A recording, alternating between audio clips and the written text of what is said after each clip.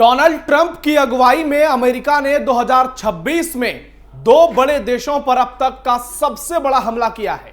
पहले वेनेजुएला पर हमला कर सरेआम देश के राष्ट्रपति निकोलस मादुरो और उनकी पत्नी सिलिया फ्लोरेस को गिरफ्तार कर अमेरिका में कैद कर लिया।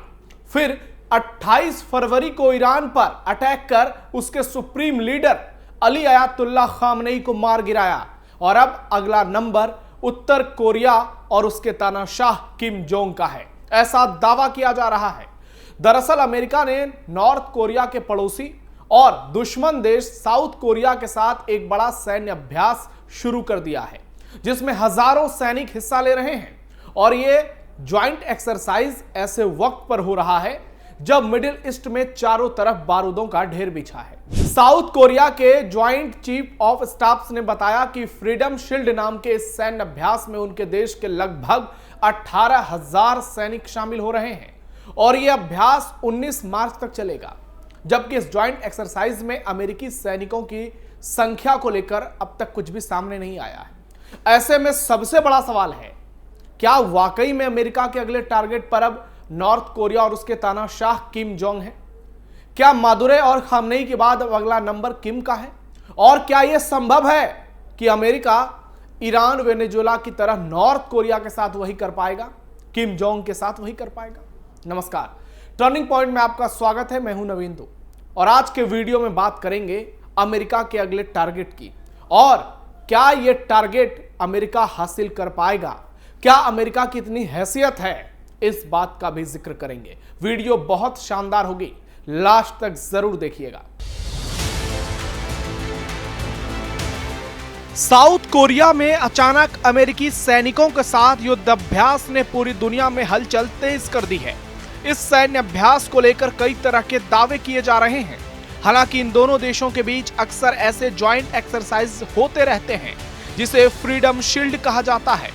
फ्रीडम शील्ड उन दो वार्षिक कमांड पोस्ट सैन्य अभ्यासों में एक है जो अमेरिका और साउथ कोरिया मिलकर करते हैं। दूसरा अभ्यास उल्ची फ्रीडम शील्ड है जो अगस्त में होता है। ये अभ्यास ज्यादातर कंप्यूटर सिमुलेशन के जरिए किए जाते हैं और इनका उद्देश्य दोनों देशों की संयुक्त सैन्य क्षमता को परखना होता है। इनमें बदलते युद्ध के हालात और सुरक्षा चुनौतियों को भी शामिल किया जाता है। हर साल की तरह मार्च में होने वाले इस अभ्यास के साथ एक फील्ड ट्रेनिंग कार्यक्रम भी होगा जिसे वॉरियर शील्ड कहा जाता है। हालांकि इस बार फील्ड अभ्यासों की संख्या कम कर दी गई है। पिछले साल जहां 51 फील्ड अभ्यास हुए थे, वहीं इस बार 22 होंगे। लेकिन ये अभ्यास नॉर्थ कोरिया को नाराज कर रहे हैं। नॉर्थ कोरिया लंबे समय से अमेरिका और साउथ कोरिया के ज्वाइंट ऑपरेशन को अपने ऊपर संभावित हमले की तैयारी बताता है। वो अक्सर इन अभ्यासों को बहाना बनाकर अपनी सैन्य गतिविधियां और हथियारों का परीक्षण बढ़ा देता है। हालांकि अमेरिका और साउथ कोरिया कहते हैं कि यह अभ्यास केवल अपनी रक्षा के लिए है। ऐसे में मिडिल ईस्ट में जारी युद्ध के बीच कोरियाई प्रायद्वीप पर अमेरिका और नॉर्थ कोरिया के बीच तनाव फिर से बढ़ सकता है। फ्रीडम शील्ड 19 मार्च तक चलेगा। अमेरिका और दक्षिण कोरिया का यह संयुक्त अभ्यास ऐसे वक्त हो रहा है जब दक्षिण कोरिया मीडिया में अटकलें चलाई जा रही है कि वॉशिंगटन कुछ सैन्य संसाधनों को दक्षिण कोरिया से हटाकर ईरान के खिलाफ लड़ाई में इस्तेमाल कर रहा है। जबकि दूसरी ओर कुछ एक्सपर्ट्स ये दावा कर रहे हैं कि अमेरिका अचानक से ही उत्तर कोरिया पर भी हमला कर सकता है, जैसे उसने ईरान और वेनेजुएला पर किया। देखिए ये रिपोर्ट। अमेरिकी सेना कोरिया ने पिछले हफ्ते कहा था कि सुरक्षा कारणों से वो इन गतिविधियों पर टिप्पणी नहीं करेगी, जबकि दक्षिण कोरियाई अधिकारियों ने भी उन रिपोर्टों पर टिप्पणी से इनकार कर दिया था जिसमें कहा गया था कि अमेरिकी पैट्रियट एंटी मिसाइल सिस्टम और अन्य उपकरणों को मिडिल ईस्ट भेजा जा रहा है। लेकिन उन्होंने कहा कि इससे सहयोगी देशों की संयुक्त रक्षा रणनीति पर कोई असर नहीं पड़ेगा। दूसरी ओर उत्तर कोरिया फ्रीडम शील्ड अभ्यास पर आपत्ति जताता रहा है। उत्तर कोरिया अक्सर इन अभ्यासों को आक्रमण के पूर्वाभ्यास के रूप में देखता है, जिसमें तनाव बढ़ने की आशंका रहती है। उत्तर कोरियाई नेता किम जोंग उंग ने पिछले महीने प्योंगयांग में एक सम्मेलन के दौरान सियोल के प्रति अपना कड़ा रुख अपनाया था, लेकिन वॉशिंगटन के साथ बातचीत के दरवाजे खुले रखे थे। उन्होंने मांग की थी कि अमेरिका परमाणु निरस्त्रीकरण की पहले की अपनी शर्त को छोड़ दे। उत्तर कोरिया ने 2019 में अपने नेता किम जोंग उन और अमेरिकी राष्ट्रपति डोनाल्ड ट्रंप के बीच उनके पहले कार्यकाल के दौरान हुए शिखर सम्मेलन के विफल होने के बाद वॉशिंगटन और सियोल के साथ सभी सार्थक बातचीत बंद कर दी। हाल के सालों में दोनों देशों के बीच तनाव और बढ़ गया। हालांकि बीच में दोनों नेताओं की मुलाकात हुई थी। किम जोंग उन ने यूक्रेन पर रूस के आक्रमण का फायदा उठाकर अपने परमाणु हथियारों का तेजी से विकास किया। साथ ही किम जोंग ने रूस के साथ अपने सैन्य संबंधों को मजबूत किया। किम जोंग ने रूस यूक्रेन के लड़ाई के बीच यूक्रेन पर रूस के आक्रमण का फायदा उठाकर अपने परमाणु हथियारों का तेजी से विकास किया। साथ ही किम जोंग ने रूस के साथ अपने सैन्य संबंधों को और बेहतर कर लिया। वो रूस यूक्रेन युद्ध के लिए रूस को हथियार और सैनिक भी भेज रहा है, जिससे उसे युद्ध लड़ने में मदद मिल रही है।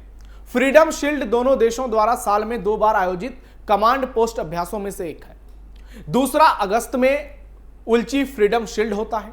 लेकिन यहां असली सवाल है, क्या Donald Trump Kim Jong Un को गिरफ्तार कर सकते हैं? क्या डोनाल्ड ट्रंप किम जोंग पर हमला कर सकते हैं? क्या नॉर्थ कोरिया पर अमेरिका अटैक कर सकता है? क्या इसकी हैसियत है अमेरिका को?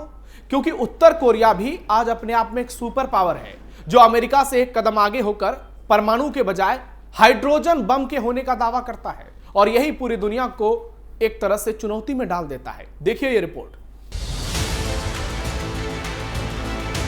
अमेरिका के लिए उत्तर कोरिया के तानाशाह किम जोंग उन को खत्म करना मुश्किल ही नहीं, नामुमकिन है।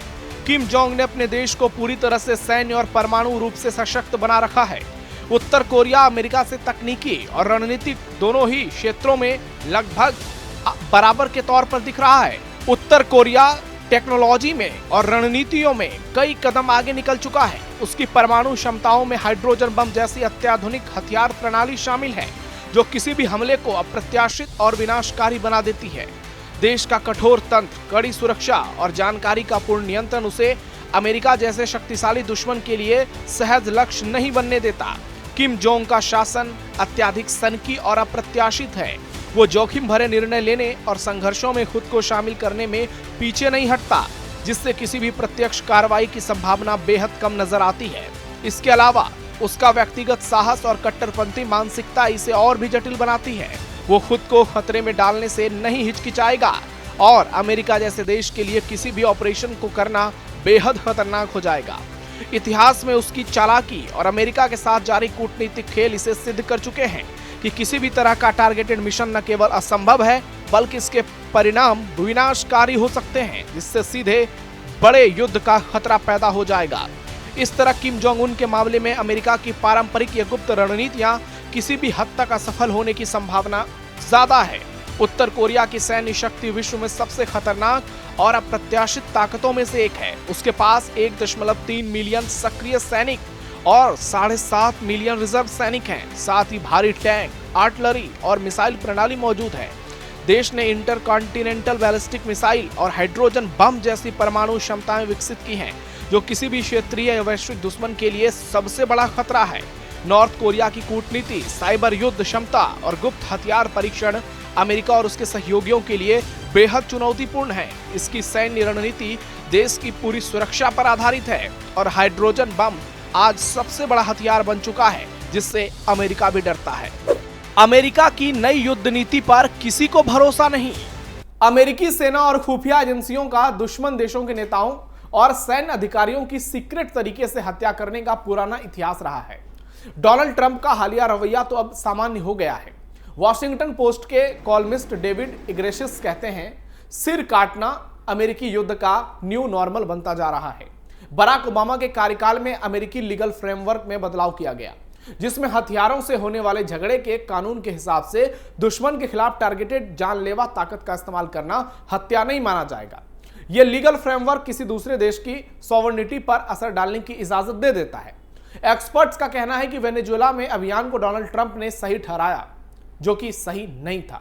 ईरान में हमले को भी ट्रंप ने सही कहा। ईरानी लोग और ईरानी समर्थकों के मुताबिक यह सही नहीं था। ईरान में युद्ध के जारी रहते हुए ही उन्होंने इस नीति को आगे बढ़ाने का भी संकेत दे दिया। क्यूबा का नाम ट्रंप के कुछ मौके पर लिया है। ऐसे में विशेषज्ञों को लगता है उत्तर कोरियाई नेता किम जोंग उन पर भी अमेरिकी रडार हो सकते हैं। लेकिन यह इतना आसान नहीं है। जैसा कि मैंने आपको बताया, किम जोंग और उत्तर कोरिया खामनेई और ईरान नहीं है। यह देश अपने आप में एक पावरफुल देश है और इसके पास कुछ ऐसे उपकरण हैं, कुछ ऐसे हथियार हैं जिसका मुकाबला करना अमेरिका के लिए भी बहुत मुश्किल है। हालांकि अमेरिका आज के दौर में सुपर पावर है, लेकिन साउथ कोरिया के तानाशाह किम जोंग उन एक अलग व्यक्तित्व है। वो अपने खात्मे तो कर सकते हैं, खुद को मरवा भी सकते हैं, लेकिन वो अमेरिका को नहीं छोड़ेंगे। वो जाते जाते अमेरिका को बर्बाद कर देंगे। इसलिए किम जोंग उन से टकराना अमेरिका के लिए सबसे बड़ी चुनौती है। उसके लिए इस वक्त पूरी दुनिया में अगर किसी एक देश से टकराना सबसे कठिन काम है तो वो नॉर्थ कोरिया है, क्योंकि तानाशाह के बारे में कहा जाता है कि एक ऐसा व्यक्तित्व जो कभी किसी की नहीं सुनता, वो अगर मरेगा भी तो पूरी दुनिया को मार कर जाएगा। उनकी कहानियां सुनकर आपके रूह कांप जाएंगे। आपने कई बार उनकी कहानियां सुनी होगी। ऐसे में अमेरिका और डोनाल्ड ट्रंप के लिए यह मुमकिन ही नहीं, मुश्किल ही नहीं, नामुमकिन नजर आ रहा है। आपको क्या लगता है? कमेंट बॉक्स में अपनी राय जरूर बताइए। फिलहाल के लिए इस वीडियो में इतना ही। हमारे इस वीडियो को लाइक कीजिए, शेयर कीजिए और चैनल कैपिटल टीवी को सब्सक्राइब जरूर कीजिए।